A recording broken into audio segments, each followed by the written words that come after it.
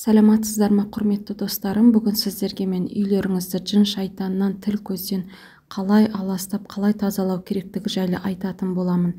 Менің парақшама жазылып, лайк басуды ұмытпаңыздар. Мен бұлай аластауды елімізге танымал имамның уағызынан естідім және сіздерге айтуды жөн көрдім.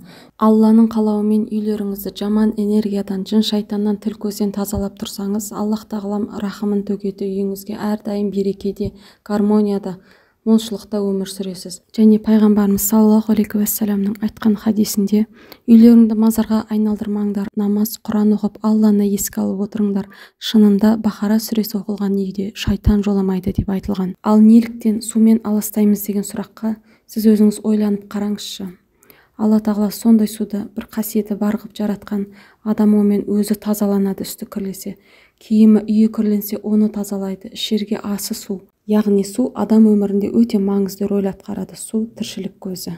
Ал Австрия зерттеушісі Алиус Группердің зерттеуі бойынша, суға қандай сөз айтсаңыз, ол содан тез әсерленеді. Мысалы, сіз оған рахмет десеңіз, оның сапасы арта түсетінін зерттеген. Сапасы артқан судың адамға денсаулығы пайдасы зор.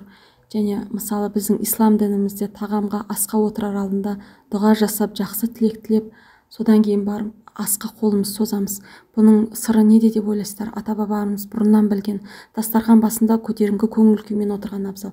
Егер дастархан басында ашулы күйде отырсаңыз, одағы сіздің ішіп отқан тамағыңызға, денсаулығыңызға міндетті түрде кері әсерін тигізеді. Яғни ғалымдардың көп жылдық зерттеуі бойынша адам айтып отқан сыртқы мәліметке қарай судың құрамы өзгеретіндігіне анық көздерін жеткізген. Екі бірдей ыдысқа су құйып, біреуіне жақсы, ұнамды, жағымды сөздер айтқан, екіншісіне жағымсыз, жаман сөздер айтқан.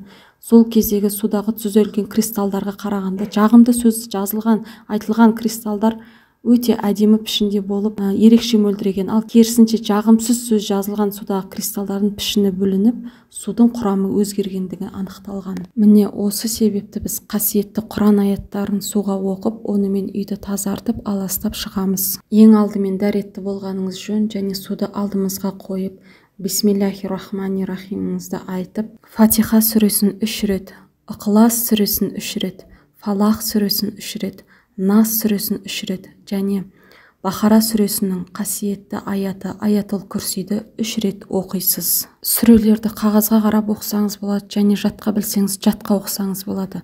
Оқып болғаннан кейін суға 3 рет үрлейсіз.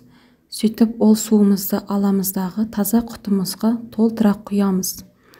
Ал қалған суды ішуге жарайды. Өзіңіздің денсаулығыңызға, іш құрылысыңызға пайдалы. Бұл оқытылған судың ішкенінің пайдасы өзіңізге де тіл көз өткен болса, оны кетіреді, және бойыңыздағы энергияны толтырады, және ана-мынау ауру сырғауыңызды кетіруіне әсер етеді. Өйткені Аллах тағалам қасиетті Құранда шипа бар деп айтқан. Құтыдағы қасиетті Құран аяттары оқытылған суды үйіміздің бұрыш-бұрышына, қабырғаларына жақсылап бисмиллахир-рахманир-рахимімізді айтып себеміз. Үйіңіздің әр бөлмесіне, әр бұрышына, қабырғаларына, есіктеріне Құран аяттарымен оқытылған суды сеуіп шығамыз. Егер сіз үйіңіздегілердің немесе өзіңіздің мазаңыз кеткенін байқасаңыз, осылай үйіңізді жын шайтаннан, бәле-жаладан тазалап, тіл көзден тазалап алыңыз. Сіздермен бірге болған мен Алуа Омар. Маған тіркелуді ұмытпаңыздар.